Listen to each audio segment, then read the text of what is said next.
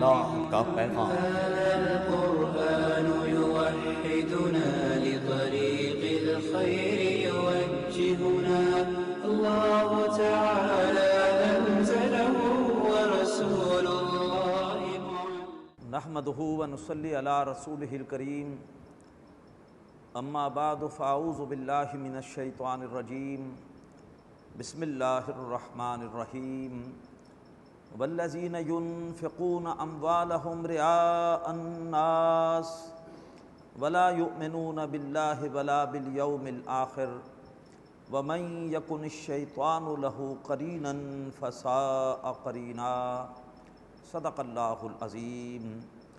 رب اشرح لی صدری ویسر لی امری واحلل عقدۃ من لسانی یفقہوا قولی، آمین یا رب العالمین۔ محترم حضرات اور معزز خواتین، السلام علیکم ورحمۃ اللہ وبرکاتہ۔ سورۃ النساء کے چھٹے رکوع میں ہم کچھ اسلام کی معاشرتی اور اخلاقی ہدایات پڑھ رہے ہیں۔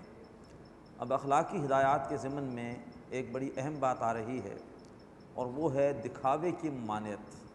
فرمایا والذین ينفقون اموالهم رئاء الناس، اور وہ لوگ جو اپنے مال خرچ کرتے ہیں لوگوں کو دکھانے کے لیے، ولا یؤمنون باللہ ولا بالیوم الآخر، گویا نہ وہ اللہ پر ایمان رکھتے ہیں اور نہ ہی آخرت کے دن پر ایمان رکھتے ہیں۔ اس لیے کہ ہمیں کوئی بھی نیکی کرنی چاہیے صرف اللہ کے لیے، اور ہمیں اپنی نیکی کا بدلہ صرف مطلوب ہونا چاہیے آخرت میں۔ دکھاوے والا نیکی اللہ کے لیے نہیں کر رہا، لوگوں کے لیے کر رہا ہے، اور اسے آخرت میں نہیں دنیا ہی میں تعریف چاہیے، تحسین چاہیے، واہ واہ چاہیے۔ لہذا فرمایا کہ جو لوگ اپنے مال خرچ کرتے ہیں لوگوں کو دکھانے کے لیے، نہ وہ ایمان رکھتے ہیں اللہ پر اور نہ ہی وہ ایمان رکھتے ہیں آخرت کے دن پر۔ وَمَن يَكُنِ الشَّيْطَانُ لَهُ قَرِينًا، اور جس کا شیطان ساتھی ہو جائے، فَسَاءَ قَرِينًا، تو وہ بہت ہی برا ساتھی ہے۔ یہ سب کا سب شیطان کا یوں سمجھیے کہ حملہ ہے کہ وہ پہلے تو انسان کو اللہ کی راہ میں خرچ کرنے سے روکتا ہے، اور اگر انسان کر ہی دے تو وہ چاہتا ہے کہ پھر دکھاوے کے ذریعے سے اس کی یہ قربانی، اس کا یہ انفاق، اس کا یہ اثار وہ ضائع کرا دیا جائے۔ اللہ تعالی ہمیں شیطان کے حملوں سے محفوظ فرمائے۔ وَمَاذَا عَلَيْهِمْ، اور انہیں کیا تھا، لَوْ آمَنُوا بِاللَّهِ وَالْيَوْمِ الْآخِرِ، اگر وہ ایمان رکھتے اللہ پر اور آخرت کے دن پر، وَأَنفَقُوا مِمَّا رَزَقَهُمُ اللَّهُ، اور پھر خرچ کرتے اس رزق میں سے جو اللہ نے ان کو دیا ہے، یعنی صرف اللہ کی رضا کے لیے خرچ کرتے اور انتہائی رازداری کے ساتھ، تاکہ اس کا اجر آخرت میں حاصل ہو، دنیا میں کسی کو معلوم بھی نہ ہو، انسان سیدھے ہاتھ سے دے اور اس کے الٹے ہاتھ کو پتہ بھی نہ ہو کہ اس نے کیا دیا ہے۔ وَكَانَ اللَّهُ بِهِمْ عَلِيمًا، اور اللہ تبارک و تعالی ان سے پوری طرح واقف ہے۔ جس کے لیے خرچ کر رہے ہیں اس کو پتہ ہے کہ کیا خرچ کیا ہے، کن حالات میں کیا ہے، کس جذبے کے ساتھ کیا ہے۔ ان اللہ لا یظلم مثقال ذرہ، بے شک اللہ تعالیٰ تو ذرے کے برابر بھی ظلم نہیں کرتا۔ وَإِن تَكُ حَسَنَةً يُضَاعِفْهَا، اور اگر کوئی بھی بھلائی ہوگی اللہ تعالیٰ اسے دگنا چوگنا کرے گا، یعنی اللہ بڑھا چڑھا کے اس کا اجر عطا فرمائے گا۔ وَيُؤْتِ مِن لَّدُنْهُ أَجْرًا عَظِيمًا، اور اللہ اپنے پاس سے شاندار بدلہ بھی عطا فرمائے گا۔ اب اس کے بعد ایک بڑی نازک آیت آ رہی ہے۔ یہ وہ آیت ہے کہ جس کو سن کر نبی اکرم صلی اللہ علیہ وسلم آپ دیدہ ہو گئے تھے۔ عبداللہ بن مسعود رضی اللہ تعالیٰ عنہ راوی ہیں، وہ بیان کرتے ہیں کہ نبی اکرم صلی اللہ علیہ وسلم نے ایک مرتبہ، ہم آپ کے گرد بیٹھے ہوئے تھے کچھ ساتھی، آپ نے مجھے حکم دیا کہ عبداللہ مجھے قرآن مجید سناؤ۔ آپ نے کہا، آپ نے عرض کی کہ اللہ کے رسول آپ پر تو قرآن مجید نازل ہوتا ہے۔ آپ نے فرمایا کہ مجھے دوسروں سے قرآن مجید کی سماعت اچھی لگتی ہے۔ اب عبداللہ بن مسعود رضی اللہ تعالیٰ عنہ نے حکم کی تعمیل کی اور سر جھکا کر تلاوت شروع کی، سورۃ النساء سے آغاز کیا۔ جب آیت نمبر 41 پر پہنچے تو اللہ کے رسول کی آواز آئی کہ ٹھہر جاؤ ٹھہر جاؤ، اور جب آپ نے سر اٹھا کر دیکھا تو اللہ کے رسول کی آنکھوں سے آنسو جاری تھے۔ کیوں؟ اس آیت میں ایک بڑا نازک مضمون ہے۔ نبی اکرم صلی اللہ علیہ وسلم کو اپنی امت سے شدید محبت تھی، لیکن قیامت کے دن آپ کو اپنی امت کے خلاف گواہی دینی ہوگی۔ اللہ تعالیٰ قیامت کے دن آپ سے پوچھیں گے کہ اے نبی صلی اللہ علیہ وسلم، کیا آپ نے ہمارا کلام اور ہمارا پیغام ان تک پہنچا دیا تھا؟ اللہ کے رسول نے نہ صرف پہنچایا بلکہ پہنچانے کا حق ادا کر دیا۔ حجۃ الوداع کے موقع پر آپ نے صحابہ سے پوچھ بھی لیا تھا کہ کیا میں نے پہنچانے کا حق ادا کر دیا؟ سب نے کہا کہ آپ نے پہنچانے کا حق ادا کر دیا۔ تو اب اللہ کے رسول گواہی دیں گے کہ اللہ میں نے ان تک آپ کا پیغام پہنچا دیا تھا، عمل کیا کہ نہیں کیا یہ خود ذمہ دار ہے۔ تو گویا یہ اللہ کے رسول کی گواہی امت کے خلاف ہوگی۔ امت یہ بہانہ نہیں کر سکے گی ہمیں پتہ نہیں تھا، ہم تک تو اللہ آپ کا پیغام پہنچا نہیں تھا۔ اب اس کے بعد پھر امت سے سوال ہوگا، تم تک پیغام پہنچا تھا؟ جی پہنچ گیا تھا۔ عمل کیا کہ نہیں کیا؟ تو اگر عمل نہیں کیا ہوگا تو پھر اس روز رسوائی ہوگی۔ اللہ ہمیں اس رسوائی سے محفوظ فرمائے۔ فرمایا فَكَيْفَ إِذَا جِئْنَا مِنْ كُلِّ أُمَّةٍ بِشَهِيدٍ، پھر وہ کیسا وقت ہوگا جب کہ ہم ہر امت میں ایک گواہ، ہر امت میں سے ایک گواہ لے کر آئیں گے۔ وَجِئْنَا بِكَ عَلَىٰ هَٰؤُلَاءِ شَهِيدًا، اور اے نبی صلی اللہ علیہ وآلہ وسلم ہم آپ کو ان کے اوپر گواہ بنا کر لائیں گے، یعنی آپ ان کے خلاف آ کر گواہی دیں گے۔ شہید اس کے بعد اگر حرف جار آئے علی کا، پریپوزیشن آئے علی کا، تو یہ گواہی کسی کے خلاف ہوتی ہے، اور اگر شہید اس کے بعد اگر پریپوزیشن ہو لام کا تو یہ گواہی کسی کے حق میں ہوتی ہے۔ تو وَجِئْنَا بِكَ عَلَىٰ هَٰؤُلَاءِ شَهِيدًا، اے نبی ہم آپ کو ان کے خلاف گواہ بنا کر لائیں گے۔ گویا آپ سرکاری گواہ کے طور پر اللہ کی طرف سے پیش ہو کر کہیں گے کہ اللہ میں نے آپ کا پیغام ان تک پہنچا دیا تھا، عمل کیا کہ نہیں کیا اب یہ خود اس کے ذمہ دار ہے۔ یومئذ یود الذین کفروا، اس روز چاہیں گے وہ لوگ کہ جنہوں نے کفر کیا ہے، وعصوا الرسول، اور جنہوں نے اللہ کے رسول کے احکامات کو توڑا، ان کی نافرمانی کی، لو تسویٰ بہم الارض، کہ زمین ان کے برابر کر دی جائے، یعنی انہیں زمین کے اندر گاڑ دیا جائے، وہ زندہ دفن کر دیے جائے۔ ولا یکتمون اللہ حدیثا، اور وہ اس روز کوئی بھی بات چھپا نہ سکیں گے۔ یا ایھا الذین آمنوا، اے لوگو جو ایمان لائے ہو، لا تقربوا الصلاۃ وانتم سکارا، نماز کے قریب بھی مت جاؤ جب کہ تم نشے کی حالت میں ہو۔ یہ ہے شراب کی حرمت کے حوالے سے دوسرا حکم۔ پہلا حکم آیا تھا سورۃ البقرہ آیت 219 میں، جس میں کہا گیا کہ اے نبی آپ سے پوچھتے ہیں شراب اور جوئے کے بارے میں، فرمائیے کہ ان میں گناہ کا پہلو بھی ہے اور نفع کا بھی، گناہ کا پہلو زیادہ ہے، نفع کا کم ہے۔ وہ پہلا حکم تھا۔ اب یہ دوسرا حکم آیا کہ نماز کے اوقات میں شراب کے پینے پر پابندی لگا دی گئی۔ ایک واقعہ بھی ایسا ہوا کہ ایک جو ہے وہ صحابی نے نماز پڑھائی، اور اس وقت ابھی چونکہ شراب کی حرمت کا حکم نہیں آیا تھا، لہٰذا انہوں نے شراب پی اور اس کے بعد نماز پڑھائی، اور سورۃ الکافرون میں انہوں نے کچھ ایسے الفاظ ادا کر دیے جو کہ مفہوم کے بالکل برعکس تھے۔ تو فرمایا کہ لا تقربوا الصلاۃ، نماز کے قریب بھی مت جاؤ، وانتم سکارا، جب کہ تم نشے کی حالت میں ہو، حتیٰ تعلموا ما تقولون، یہاں تک کہ تم جانتے ہو کہ تم کیا کہہ رہے ہو۔ ہوش و حواس کے ساتھ نماز پڑھاؤ۔ جو حتمی حکم ہے شراب کی حرمت کا، وہ انشاءاللہ اگلی سورت سورۃ المائدہ میں آ جائے گا، جس میں کہ شراب کو پھر مکمل طور پہ حرام کر دیا گیا۔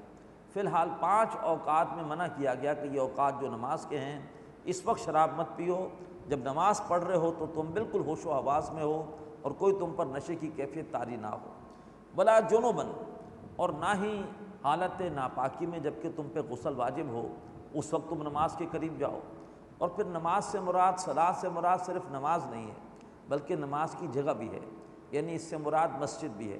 تو نہ نشے کی حالت میں مسجد کے پاس جاؤ اور نہ حالت ناپاکی میں مسجد میں آؤ، اور اسی طرح سے نہ نماز کے قریب جاؤ نشے کی حالت میں یا ناپاکی کی حالت میں، الا عابری سبیل، سوائے اس کے کہ تمہیں راستہ عبور کرنا ہو۔ اب کسی کے لیے مجبوری ہے کہ اس کے گھر کا دروازہ مسجد ہی میں کھلتا ہے اور اس کو مسجد سے گزر کر جانا ہے باہر، جو ہے وہ کسی کنویں سے پانی لینے کے لیے یا کہیں پر نہانے کے لیے، پاک ہونے کے لیے۔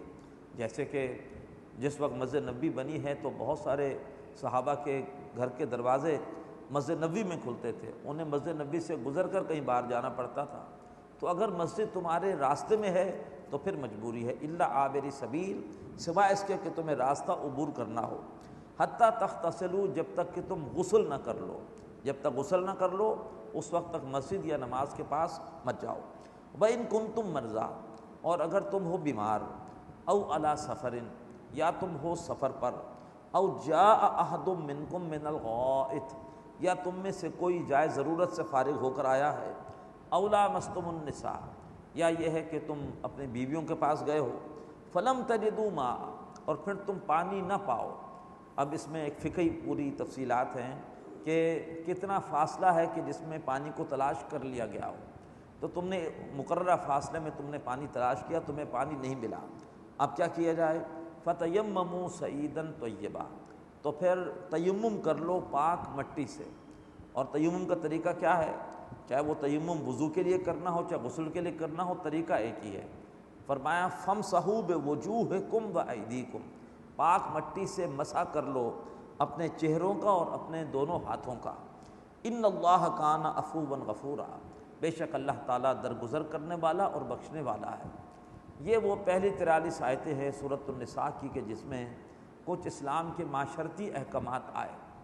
اب سورۃ النساء کا دوسرا حصہ شروع ہو رہا ہے، آیت نمبر 44 سے لے کر آیت نمبر 57 تک، اور اس میں اہل کتاب سے گفتگو ہے اور ان کے جو جرائم ہیں ان کو بیان کر کے ان کو ملامت کی گئی ہے۔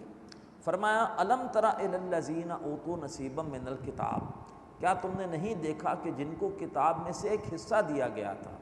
مکمل کتاب صرف قرآن ہے، اس سے پہلے زبور ہو، تورات ہو، انجیل ہو، وہ ہدایت کا ایک جزوی حصہ تھا وہ بھی قرآن ہی، لوح محفوظ سے آیا تھا، لیکن اس وقت کے جو مسائل تھے بس ان مسائل کے حل کے لیے اللہ نے ایک جزوی حصہ انہیں کتاب میں سے دے دیا تھا۔ لیکن چونکہ اللہ نے مکمل ہدایت نازل کرنی تھی قرآن کی صورت میں، اس لیے ان جزوی حصوں کی حفاظت اللہ نے اپنے ذمے نہیں لی، لہٰذا تورات میں بھی تحریف ہو گئی، زبور میں بھی، انجیل میں بھی، لیکن انہیں کتاب کا ایک حصہ دیا گیا تھا۔ تو اے نبی کیا آپ نے نہیں دیکھا ان لوگوں کو کہ جن کو کتاب میں سے ایک حصہ دیا گیا تھا، یشترون الضلالہ، وہ گمراہی قبول کر رہے ہیں، وَيُرِيدُونَ أَن تَضِلُّوا السَّبِيلَ، اور وہ چاہتے ہیں کہ مسلمانوں تم بھی سیدھی راہ سے بھٹک جاؤ، ہم تو ڈوبے ہیں صنم، تم کو بھی لے ڈوبیں گے، خود تو ڈوب چکے ہیں، اب وہ چاہتے ہیں کہ دوسروں کو بھی برباد کر دیں۔ وَاللَّهُ أَعْلَمُ بِأَعْدَائِكُمْ، اور اللہ تعالیٰ تمہارے دشمنوں سے واقف ہے، وَكَفَى بِاللَّهِ وَلِيًّا، اور اللہ تعالیٰ کافی ہے بطور ساتھی، وَكَفَى بِاللَّهِ نَصِيرًا، اور اللہ تعالیٰ کافی ہے بطور مددگار۔ من الذین ہادوا، اور وہ ان لوگوں میں سے جو یہودی ہوئے، یحرفون الکلم عن مواضعہ، وہ باتوں کو ان کے اصل محل و مقام سے بدل دیتے ہیں، وَيَقُولُونَ سَمِعْنَا وَعَصَيْنَا، اور وہ کہتے ہیں کہ ہم نے سنا اور نہیں مانا، حالانکہ کہا گیا تھا کہو سَمِعْنَا وَأَطَعْنَا، تو اطعنا کو بدل دیا اور کہہ دیا عصینا۔ کسی نے اعتراض کیا تو کہا کہ آپ کے سننے میں خلل ہے، ذرا آپ اپنے کان کو ٹھیک کرائیے، آپ کے کان میں گڑبڑ ہے، ہم نے تو اطعنا کہا ہے، لیکن بدبخت کہتے کیا تھے؟ سمعنا وعصینا، ہم نے سنا اور ہم نے نہیں مانا۔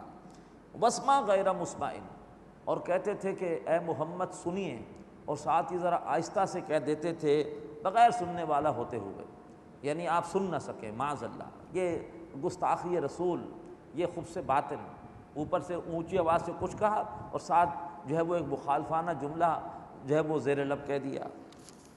وَرَائِنَ لَيَّمْ بِأَلْسِنَتِهِمْ، اور کہتے ہیں رائنا، لیکن زبان کو ذرا موڑتے ہوئے، بجائے رائنا کے ہماری رعایت کیجئے، کہتے تھے رائینا، اے ہمارے چرواہے، معاذ اللہ ثم معاذ اللہ۔ وَطَانًا فِي الدِّينِ، اور وہ یہ باتیں کرتے ہیں دین میں بطور تانا، یعنی دین کے اندر ایک مذاق اڑانے کے لیے۔ وَلَوْ أَنَّهُمْ قَالُوا، اور کاش کہ انہوں نے کہا ہوتا سمعنا وَأَطَعْنَا، ہم نے سنا اور ہم نے مانا، وسمع، اور صرف وسمع کہا ہوتا، ساتھ غیر مسمع نہیں کہا ہوتا، وانظرنا، اور بجائے رائنا کے وانظرنا کہا ہوتا کہ ہماری طرف دیکھیے، لکان خیر لہم، تو یہ ان کے حق میں بہتر ہوتا، وَأَقْوَمْ، اور یہ بات زیادہ درست ہوتی، وَلَٰكِن لَعْنَهُمُ اللَّهُ بِكُفْرِهِمْ، اور لیکن اللہ نے ان کے کفر کی وجہ سے ان پر لعنت کی، فَلَا يُؤْمِنُونَ إِلَّا قَلِيلًا، تو ان میں سے بہت تھوڑے سے ہیں جو ایمان لائیں گے۔ یا ایھا الذین اوتوا الکتاب، اے لوگو جو جنہیں کتاب دی گئی ہے، آمنوا بما نزلنا، دیکھو ایمان لاؤ اس کلام پر، قرآن پر جو ہم نے نازل کیا ہے، مصدقا لما معکم، یہ قرآن مجید تصدیق کرنے والا ہے ان کتابوں کی جو تمہارے پاس پہلے سے موجود ہیں، من قبل ان نطمس وجوہا، اس سے پہلے کہ ہم تمہارے چہروں کو بگاڑ دیں، فنردھا علی ادبارہا، اور ہم ان کو پھیر دیں ان کی پیٹھوں کی طرف، یعنی ہم تمہارے پورے کے پوری گردن کو مروڑ دیں، او نلعنہم، یا ہم ان پر لعنت کریں، کما لعنا اصحاب السبت، جیسے کہ ہم نے لعنت کی تھی اصحاب سبت پر، وہ لوگ کہ جنہوں نے ہفتے کے ضابطے کی خلاف ورزی کی تھی۔ تفصیل آئے گی سورہ اعراف کے 21ویں رکوع میں۔ وَكَانَ أَمْرُ اللَّهِ مَفْعُولًا، اور جو اللہ کا فیصلہ ہے وہ پورا ہو کر رہتا ہے۔ إِنَّ اللَّهَ لَا يَغْفِرُ أَن يُشْرَكَ بِهِ، یہود کا ایک جرم ابھی آگے بیان ہو رہا ہے کہ یہ گئے مکہ، اور وہاں جا کر انہوں نے اعلان کیا کہ جو مکے والے ہیں، جو شرک کرنے والے ہیں، یہ زیادہ ان کا دین صحیح ہے مسلمانوں سے، یعنی اہل کتاب ہوتے ہوئے بھی انہوں نے شرک اس کی حمایت کر دی خالص توحید کے مقابلے میں، لہٰذا اللہ تبارک و تعالیٰ یہاں شرک کی مذمت پر بڑی سخت وعید نازل فرما رہا ہے۔ ان اللہ لا یغفر ان یشرک بہ، بے شک اللہ تعالیٰ اس کو تو معاف نہیں کرے گا کہ اس کے ساتھ کسی کو شریک کیا جائے، وَيَغْفِرُ مَا دُونَ ذَلِكَ لِمَن يَشَاءُ، اور اس کے علاوہ اللہ جس کو چاہے گا معاف کر دے گا۔ یہ اللہ نے پہلے سے بتا دیا ہے کہ شرک اگر زندگی میں موت سے پہلے توبہ نہیں کی تو شرک اللہ معاف نہیں کرے گا۔ اللہ تعالی ہمیں شرک سے بچنے کی توفیق عطا فرمائے۔ اللہ تعالیٰ ڈاکٹر سعد احمد رحمۃ اللہ علیہ کو غریق رحمت کرے۔ شرک کے موضوع پر بڑی جامع انہوں نے ایک تحریر لکھی اور تقریر کی، حقیقت و اقسام شرک۔ کئی علماء اکرام کی طرف سے بھی ڈاکٹر صاحب کے اس تحریر اور اس خطاب کی تحسین ہوئی، آپ بھی ضرور پڑھیے یا ضرور سن لیجئے، اس کی آپ کو ویڈیو بھی مل جائے گی، آڈیو بھی مل جائے گی، تحریری شکل میں بھی ہے، حقیقت و اقسام شرک، کہ شرک ہے کیا اور اس کی کون کون سی قسمیں ہیں۔ اور وہ خطاب سننے کے بعد محسوس ہوگا کہ ہم خود بہت ساری شرک کی صورتوں میں مبتلا ہیں، کیوں اللہ نے خود ہی کہا ہے سورہ یوسف میں کہ وَمَا يُؤْمِنُ أَكْثَرُهُمْ بِاللَّهِ إِلَّا وَهُمْ مُشْرِكُونَ، ان میں سے اکثر اللہ پر ایمان نہیں رکھتے لیکن ساتھ کسی نہ کسی نوع کا شرک بھی کرتے ہیں۔ یہ بھی شرک ہے کہ اللہ کے سوا کسی اور سے مانگا جائے، یہ بھی شرک ہے کہ اللہ سے کے برابر کسی اور سے محبت کی جائے، یہ بھی شرک ہے کہ اللہ تبارک و تعالیٰ کے مقابلے میں کسی اور کی اطاعت کی جائے، یہ بھی شرک ہے کہ بجائے اللہ کے نیکی دکھاوے کے لیے، ریاکاری کے لیے کی جائے۔ اللہ تبارک و تعالیٰ ہمیں شرک کی تمام صورتوں کو سمجھنے اور ان سے بچنے کی توفیق عطا فرمائے۔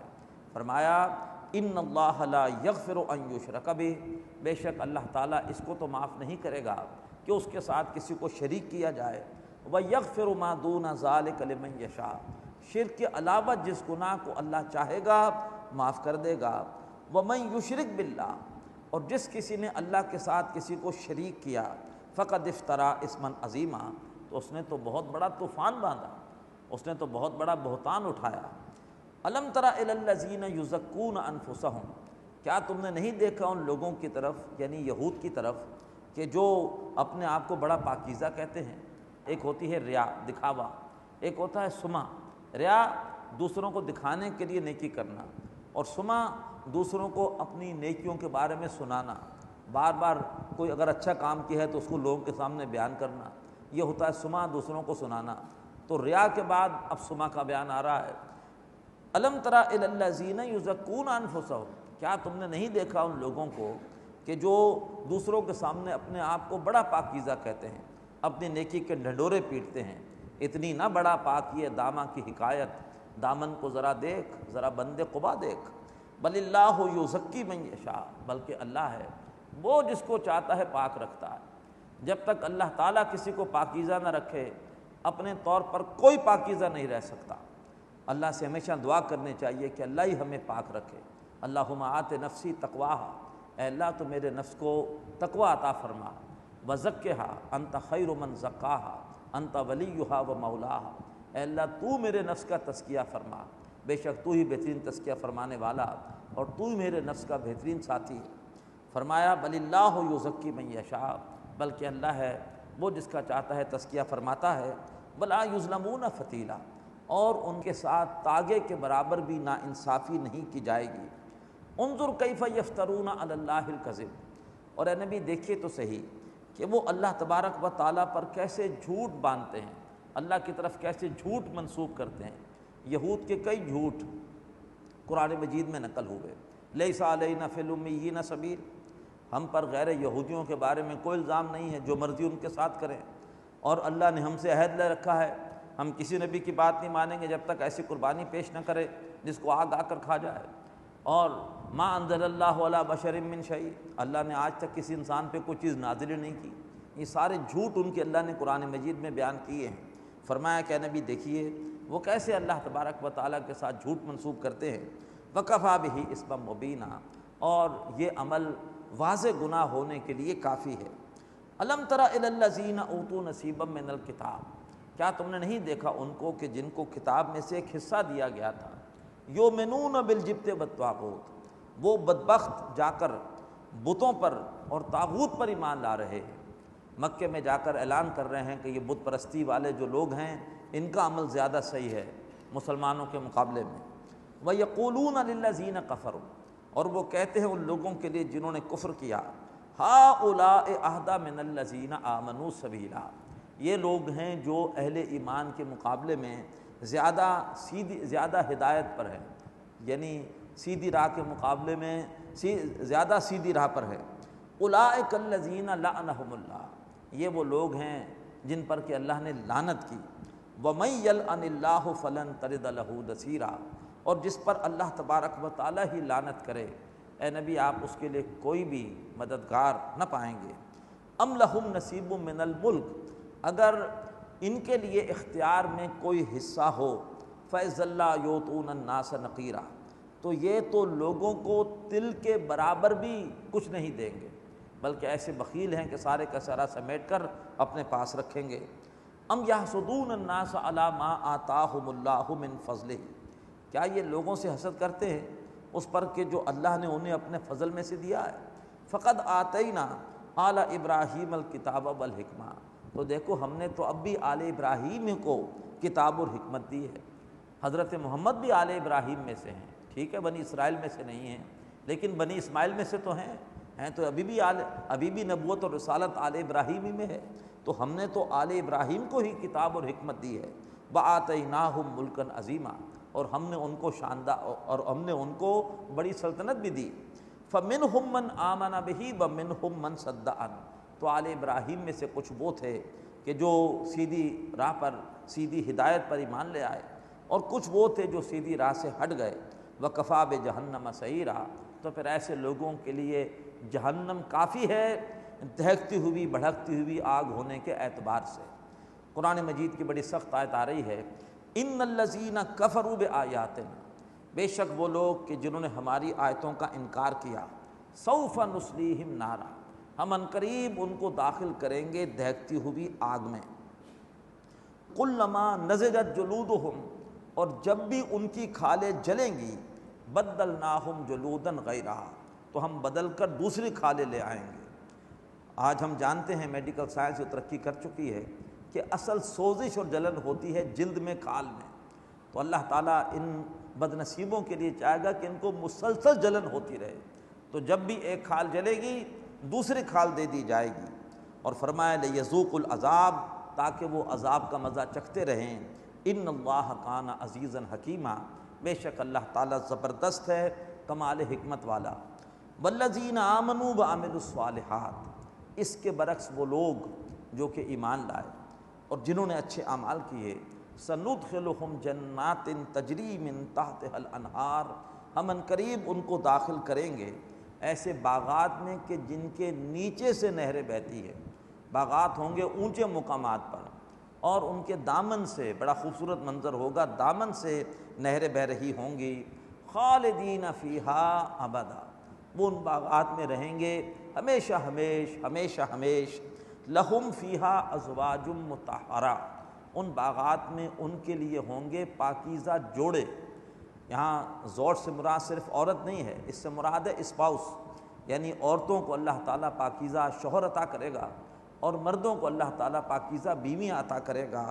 وَنُدْخِلُهُمْ ظِلًّا ظَلِيلًا، اور ہم انہیں داخل کریں گے بڑی گھنی چھاؤں میں۔ اللہ تبارک و تعالی ہم سب کو یہ نعمت عطا فرمائے۔ یہاں پر آ کر سورہ نساء کا دوسرا حصہ مکمل ہوا کہ جس میں خطاب کا رخ تھا اہل کتاب کی طرف۔ اقول قولی ھذا واستغفر اللہ لی ولکم ولسائر المسلمین والمسلمات۔ هذا القرآن يوحدنا لطريق الخير